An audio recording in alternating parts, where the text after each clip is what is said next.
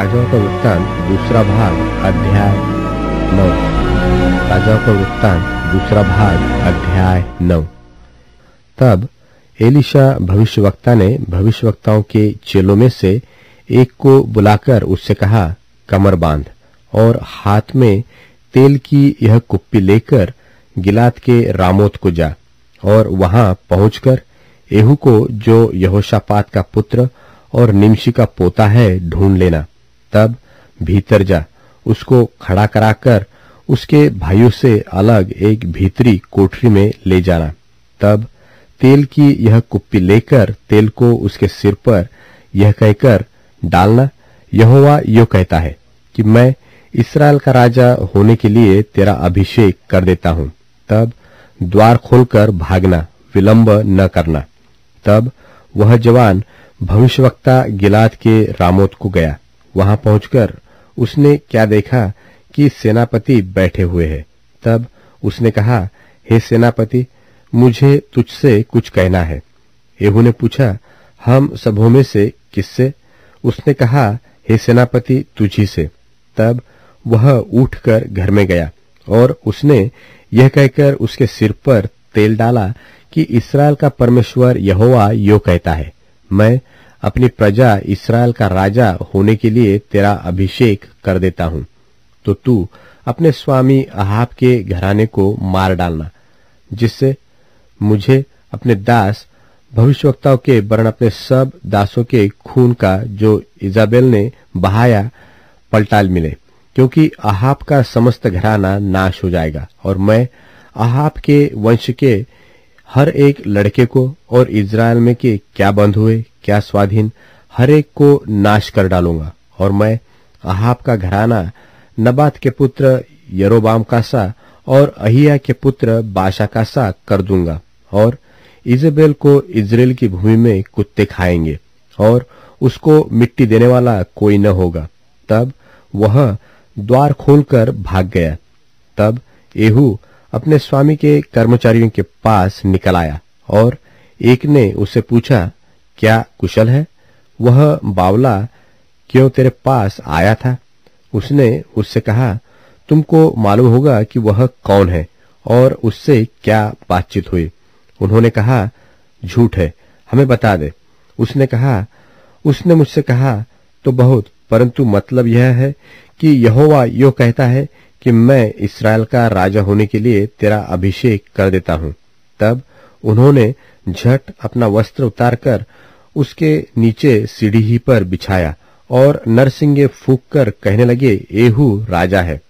यो एहू जो निमशी का पोता और यहोशापात का पुत्र था, उसने योराम से राजद्रोह की गोष्ठी की।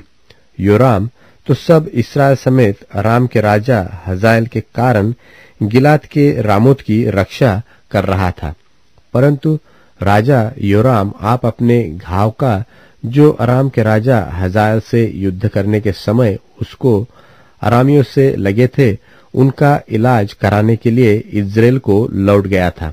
तब एहू ने कहा, यदि तुम्हारा ऐसा मन हो तो इस नगर में से कोई निकलकर इज़राइल में सुनाने को न जाने पाए। तब एहू रथ पर चढ़कर इज़राइल को चला जहां योराम पड़ा हुआ था और यहूदा का राजा अहज्याह योराम के देखने को वहां आया। इज़राइल के गुम्मट पर जो पहरुआ खड़ा था, उसने एहू के संग आते हुए दल को देखकर कहा, मुझे एक दल दिखता है। योराम ने कहा, एक सवार को बुलाकर उन लोगों से मिलने को भेज और वह उससे पूछे, क्या कुशल है? तब एक सवार उससे मिलने को गया और उससे कहा, राजा पूछता है, क्या कुशल है? एहू ने कहा, कुशल से तेरा क्या काम? हटकर मेरे पीछे चल। तब पहरुओं ने कहा, वह दूत उनके पास पहुंचा तो था, परंतु लौटकर नहीं आया। तब उसने दूसरा सवार भेजा और उसने उनके पास पहुंचकर कहा, राजा पूछता है, क्या कुशल है? एहू ने कहा, कुशल से तेरा क्या काम? हटकर मेरे पीछे चल।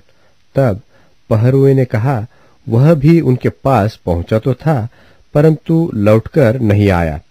हाकना निमशी के पोते एहू का सा है।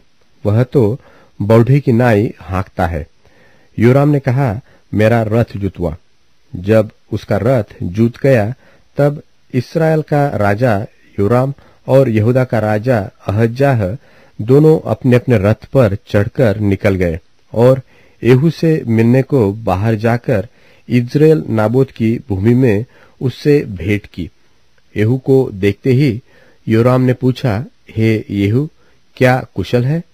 येहू ने उत्तर दिया, जब तक तेरी माता इजेबेल छिनालपन और टोना करती रहे तब क्या कुशल कहा? तब योराम रास फेर के और अहज्याह से यह कहकर कि हे अहज्याह, विश्वासघात है, भाग चल। तब येहू ने धनुष को कान तक खींचकर योराम के पखौड़ों के बीच ऐसा तीर मारा कि वह उसका हृदय फोड़कर निकल गया और वह अपने रथ में झुककर गिर पड़ा। तब येहू ने बीतकर नाम अपने एक सरदार से कहा, उसे उठाकर इज्राएली नाबोती की भूमि में फेंक दे। स्मरण तो कर कि जब मैं और तू हम दोनों एक संग सवार होकर उसके पिता अहाब के पीछे पीछे चल रहे थे, तब यहोवा ने उससे यह भारी वचन कहवाया था कि यहोवा की यह वाणी है कि नाबोत और उसके पुत्रों का जो खून हुआ उसे मैंने देखा है, और यहोवा की यह वाणी है कि मैं उसी भूमि में तुझे बदला दूंगा। तो अब यहोवा के उस वचन के अनुसार उसे उठाकर उसी भूमि में फेंक दे। यह देखकर यहूदा का राजा अहज्याह बारी के भवन के मार्ग से भाग चला और येहू ने उसका पीछा करके कहा, उसे भी रथी पर मारो। तो वह भी इबलाम के पास की गुर की चढ़ाई पर मारा गया और मगिद्दो तक भागकर मर गया। तब उसके कर्मचारियों ने उसे रथ पर यरूशलेम को पहुंचाकर दाऊदपुर में उसके पुरखाओं के बीच मिट्टी दी। अहज्याह तो अहाब के पुत्र योराम के 11वें वर्ष में यहूदा पर राज्य करने लगा था। जब येहू इज्रेल को आया तब इजेबेल यह सुन अपनी आंखों में सुरमा लगा अपना सिर सवार कर खिड़की में से झांकने लगी। जब येहू फाटक में होकर आ रहा था तब उसने कहा, हे अपने स्वामी के घात करने वाले जिमरी, क्या कुशल है? तब उसने खिड़की की ओर मुंह उठाकर पूछा, मेरी ओर कौन है? कौन? इस पर 2-3 खोजों ने उसकी ओर झांका। तब उसने कहा, उसे नीचे गिरा दो। सो उन्होंने उसको नीचे गिरा दिया और उसके लोहू के कुछ छींटे भीत पर और कुछ घोड़ों पर पड़े और उन्होंने उसको पांवों से लताड़ दिया। तब वह भीतर जाकर खाने पीने लगा और कहा, जाओ उस श्रापित स्त्री को देख लो और उसे मिट्टी दो, वह तो राजा की बेटी है। जब वे उसे मिट्टी देने गए तब उसकी खोपड़ी, पाँव और हथेलियों को छोड़कर उसका और कुछ न पाया। सो उन्होंने लौटकर उससे कह दिया। तब उसने कहा, यह यहोवा का वचन है जो उसने अपने दास तिशबी एलिय्याह से कहा था कि इजेबेल का मांस इज्रेल की भूमि में कुत्तों से खाया जाएगा और इजेबेल की लोथ इज्रेल की भूमि पर खाद की नाई पड़ी रहेगी, यहाँ तक कि कोई न कहेगा यह इजेबेल है।